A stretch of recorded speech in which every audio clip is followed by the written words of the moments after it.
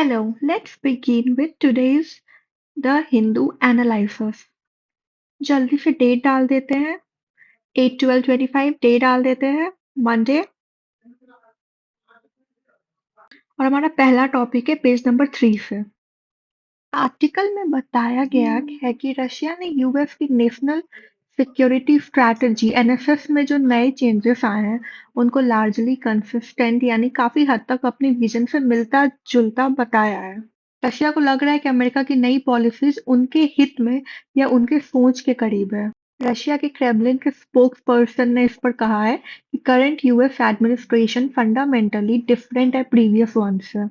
नई स्ट्रैटेजी में यूएस ने यूरोप के एलीज को क्रिटिसाइज किया, बोला कि वो ओवर रेगुलेटेड है, उनके पास सेल्फ कॉन्फिडेंस की कमी है और इमिग्रेशन की वजह से वो कल्चरल इरोजन फेस कर रहे हैं।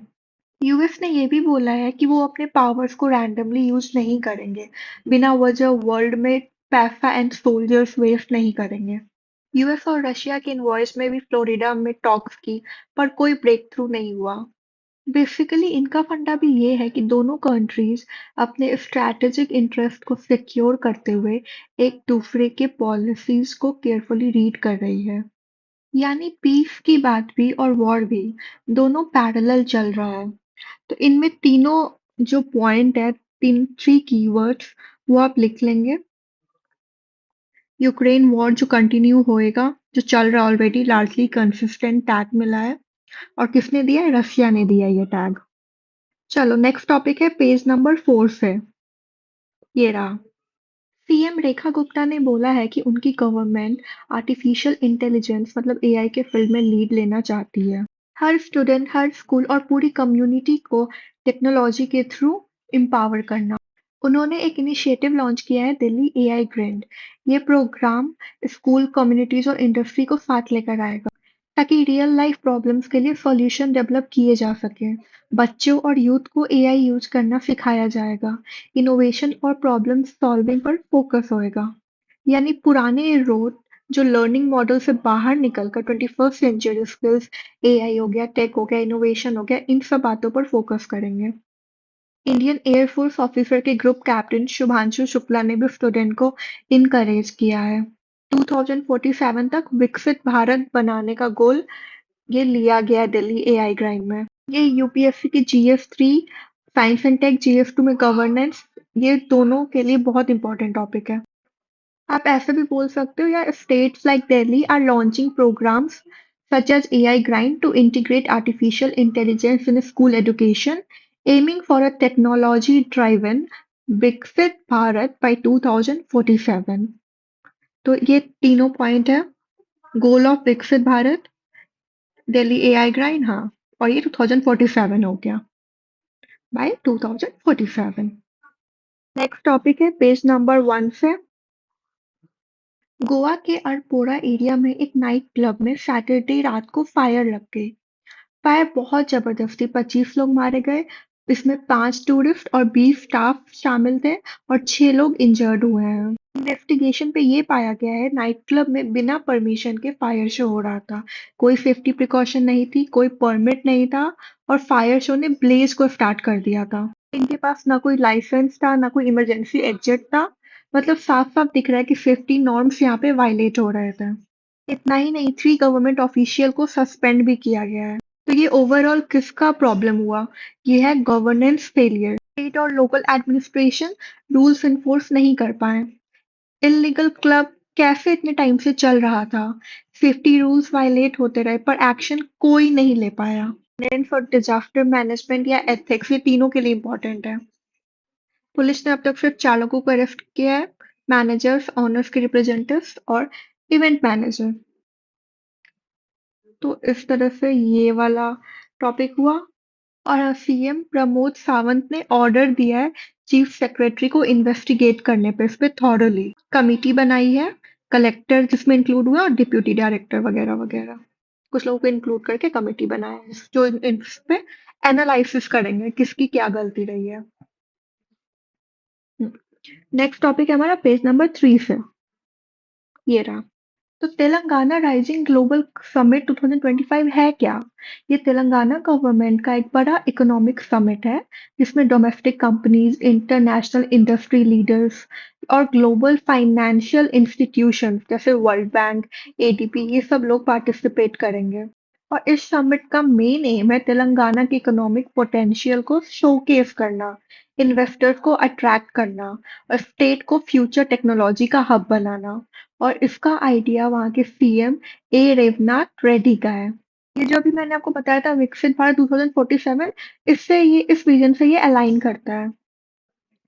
इसमें की सेक्टर्स है semiconductor and frontier technologies, aerospace and defence, global education hub, health care, accessible, equitable, affordable ये सब कुछ इम्पोर्टेंट है इसमें। बेसिकली तेलंगाना अपने आप को high tech plus high investment state के रूप में प्रोजेक्ट कर रहा है। इसमें कुछ ग्लोबल नेम है जैसे हो गया McKinsey, analogue AI, world bank, Asian development bank. Summit का सबसे मेन अट्रैक्शन है भारत फ्यूचर सिटी। ये एक proposed net zero smart city है जहां समिट हो रहा है। तो ये नेट जीरो सिटी का मतलब है green energy, environment friendly design और लो कार्बन फुटप्रिंट। ये सस्टेनेबल डेवलपमेंट का मॉडल शोकेस करेगा। Governance, public policy, economy, environment ऐसे ये सब के लिए इम्पोर्टेंट टॉपिक है। और हाँ करंट अफेयर्स के तो ऑब्वियसली है ही। अर्बन डेवलपमेंट भी होगा तो अर्बन डेवलपमेंट लिख लेंगे हम। और यहाँ पे टॉपिक का फोटो रह गया। तो पेज नंबर 5 का हेडिंग है Karnataka government to table over 30 bills in winter session beginning today. Karnataka state legislature का 10 डे विंटर सेशन बेलगावी में मंडे से स्टार्ट हो रहा है। इस सेशन में 30 से ज्यादा बिल्स इंट्रोड्यूस किए जाएंगे और ये स्टेट के लिए एक इम्पोर्टेंट लॉ मेकिंग फेज होगा। इसमें 4 बिल हैं। पहला है Karnataka hate speech and hate crimes bill 2025, दूसरा है कर्नाटका सोशल बॉयकट बिल 2025, तीसरा है ग्रेटर बेंगलुरु बिल 2025, चौथा है ड्रग्स एंड कॉस्मेटिक्स बिल 2025। ये 4 के नाम अभी आए हैं, बाकी के और भी बिल्स हैं जिसके नाम धीरे-धीरे आ जाएंगे। बीजेपी का यहाँ पे एलिगेशन है कि ये बिल पॉलिटिकल वेंडेटा के लिए बनाया गया है, अपोजिशन को जेल में डालने के लिए। बीजेपी ने ट्यूसडे को सुवर्ण विधाना सौदा मतलब असेंबली पर प्रोटेस्ट करने का अनाउंसमेंट किया है। गवर्नमेंट का फार्मर्स के प्रति एलिगली इनडिफरेंट होना इसका यही इशू है इसका पॉलिटिकल। ये बेसिकली पॉलिटी, गवर्नेंस और एथिक्स के लिए काम आएगा। और इसको मेंस के आंसर राइटिंग में भी एग्जाम्पल के तौर पे लिख सकते हैं। इसमें 2 बिल और नाम आ गए हैं, वो आप देख लेना उसमें टॉपिक में दिए हुए हैं। चलो हम नेक्स्ट टॉपिक पर चलते हैं। ये है पेज नंबर 10 का हेडलाइन। अगर आप ये जाने कि मेयर्स कौन होते हैं तो वो लोग होते हैं जो सरकार के खिलाफ हिंसा का इस्तेमाल करके मेओइस्ट आइडियोलॉजी पर बेस्ड एक रिवॉल्यूशनरी कम्युनिस्ट रूल स्टैब्लिश करना चाहते हैं। ऐसे 10 मेयर्स जिन पे 2.36 करोड़ का ऑलरेडी चार्ज था, बाउंड्री था, ये लोग मध्य प्रदेश के बालाघाट डिस्ट्रिक्ट में सरेंडर करके आए हैं। मध्य प्रदेश में 2023 से नई रिहैबिलिटेशन पॉलिसी जो आए हैं उसके बाद काफी मेयर्स सरेंडर कर रहे हैं। ये यूपीएससी में फैक्चुअल एग्जाम्पल के लिए काम आता है, जैसे AK-47 rifles, INSAS rifles, grenade launcher cells, ये सब इनके वेपन है जो अभी इन्होंने सरेंडर किए हैं। इसमें वॉकी टॉकी सेट्स है और 100+ राउंड ऑफ कार्टिजर्स है। गवर्नमेंट की पॉलिसी है कि मध्य प्रदेश को नक्सल फ्री बनाना, सरेंडर को इनकरेज करना, मेयर्स को मेन स्ट्रीम सोसाइटी में इंटीग्रेट करना, मतलब रिहैबिलिटेशन और डेवलपमेंट साथ में। तो कौन-कौन से स्टेट अफेक्ट होते हैं? तो मध्य प्रदेश हो गए, छत्तीसगढ़ हो गया, महाराष्ट्र हो गया। ये ट्रायंगल रीजन हिस्टोरिकली नक्सल अफेक्टेड है। This reflects a shift towards development-linked counter-insurgency strategy. ये वाले लास्ट लाइन पे आपका आंसर और स्ट्रांग हो सकता है।